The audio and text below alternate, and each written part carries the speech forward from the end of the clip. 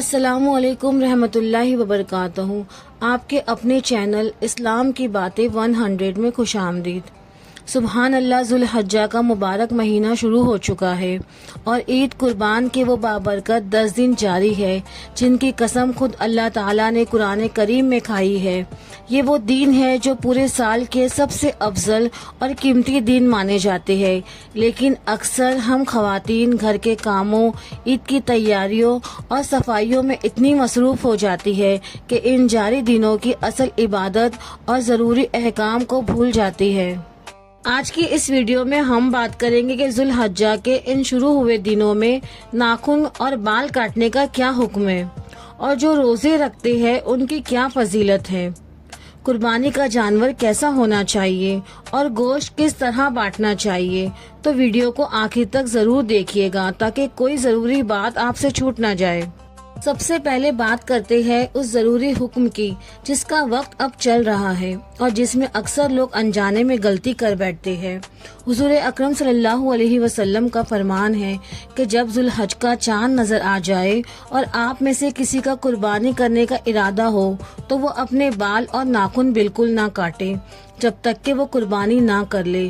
چونکہ ذوالحجہ کا چاند نظر آ چکا ہے اور یہ مبارک دن شروع ہو چکے ہیں، اس لیے اگر آپ قربانی کرنے کا ارادہ ہے تو اب عید کے دن قربانی ہونے تک آپ کو ناخن، بال یا جسم کا کوئی حصہ صاف نہیں کرنا چاہیے۔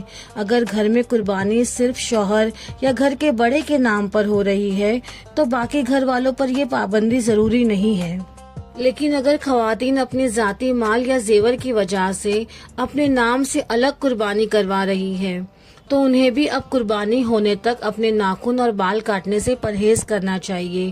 یہ سنت پر عمل کرنے کا بہترین ثواب ہے۔ باتیں ہیں روزوں کی طرف۔ ذوالحجہ کے ان شروع کے 9 دنوں میں روزے رکھنا بہت بڑا ثواب ہے۔ چونکہ 10 تاریخ کو عید ہوتی ہے اس لیے 10ویں تاریخ کو روزہ رکھنا حرام ہے۔ اگر آپ میں ہمت اور طاقت ہے تو ان دنوں میں 9 ذوالحجہ تک کے روزے ضرور رکھیے۔ ہر ایک دن کا روزہ سال بھر کے روزوں کے برابر ثواب رکھتا ہے، اور اگر آپ مصروفیت یا کسی وجہ سے سارے روزے نہیں رکھ پا رہے تو 9 ذوالحجہ یعنی عرفات کا روزہ ضرور رکھیں۔ اللہ کے نبی کریم صلی اللہ علیہ وسلم نے ارشاد فرمایا کہ مجھے اللہ پر پورا گمان ہے کہ عرفہ کے دن کا روزہ 1 سال پہلے اور 1 سال بعد کے گناہوں کو مٹا دیتا ہے۔ سبحان اللہ، بس 1 دن کا روزہ اور 2 سال کے گناہ معاف۔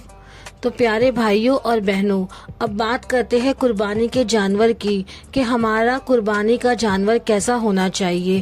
یاد رکھیے، اللہ کی راہ میں دی جانے والی قربانی بہترین ہونی چاہیے۔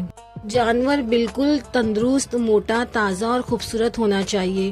اس میں کوئی عیب نہیں ہونا چاہیے، یعنی وہ اندھا، لنگڑا، بیمار یا ایسا کمزور نہ ہو جس کی ہڈیوں میں گدا تک نہ ہو۔ جانور کے کان یا سینگ آدھے سے زیادہ ٹوٹے ہوئے نہ ہو۔ سب سے اہم بات یہ ہے کہ جانور کو عید سے چند دن پہلے گھر لا کر اس کی خوب خدمت کرنی چاہیے۔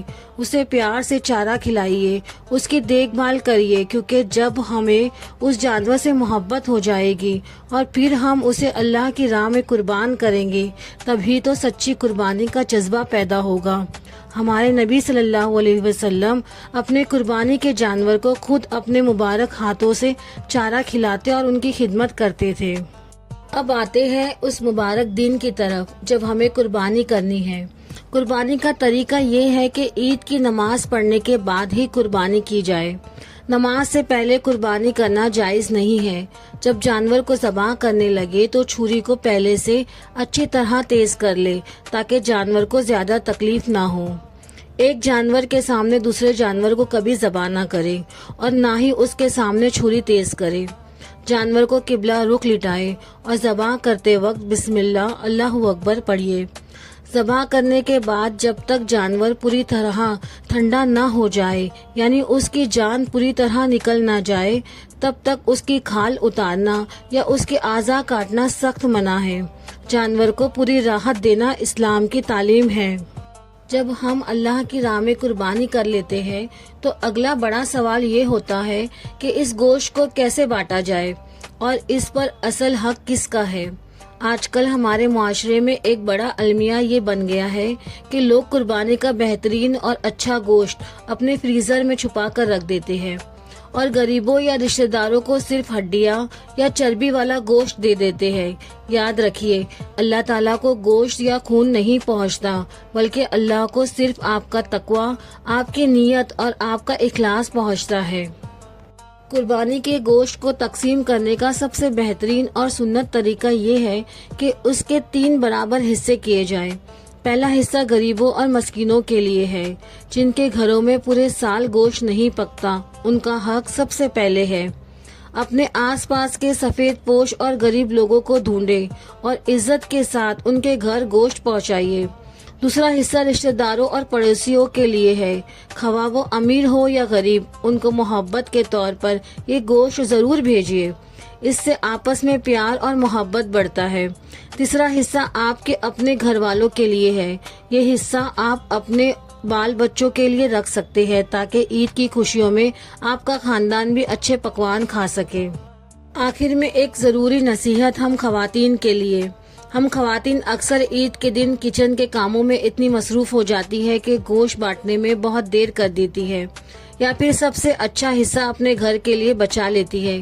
تو میری پیاری بہنوں، ایسا ہرگز نہ کرے۔ قربانی کا مقصد ہی اپنی پسندیدہ چیز اللہ کی راہ میں قربان کرنا ہے۔ اگر آپ کے دروازے پر کوئی غریب آئے تو اسے دل کھول کر دے اور مسکرا کر دے۔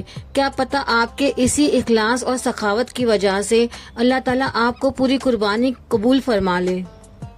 تو پیاری بہنوں اور بھائیوں، عید کی تیاریاں اور گھر کے کام ضرور کریں، لیکن ان جاری مبارک دنوں کی برکتوں کو ہاتھ سے نہ جانے دے۔ ان دنوں کو اللہ کی عبادت اور ذکر سے آباد کرے۔ اگر آپ کو آج کی یہ معلومات اچھی لگی ہو تو ویڈیو کو لائک ضرور کیجیے گا اور اپنی سہیلیوں اور رشتہ داروں کے ساتھ شیئر کر کے اس خیر کے کام میں حصہ لیجیے۔ ایسی ہی اسلامی ویڈیو کے لیے آپ کے اپنے چینل اسلام کی باتیں 100 کو سبسکرائب کرنا نہ بھولیں۔ اور اگر آپ اسلام کے بارے میں کچھ بھی اور جاننا چاہتے ہیں یا آپ کے ذہن میں کوئی سوال ہے تو آپ مجھ سے نیچے کامنٹ باکس میں پوچھ سکتے ہیں۔ میں انشاءاللہ قرآن و حدیث کے مطابق آپ کے کامنٹ کا جواب دوں گی۔ مجھے دیجیے گا اجازت اگلی ویڈیو کے لیے، تب تک کے لیے اللہ حافظ۔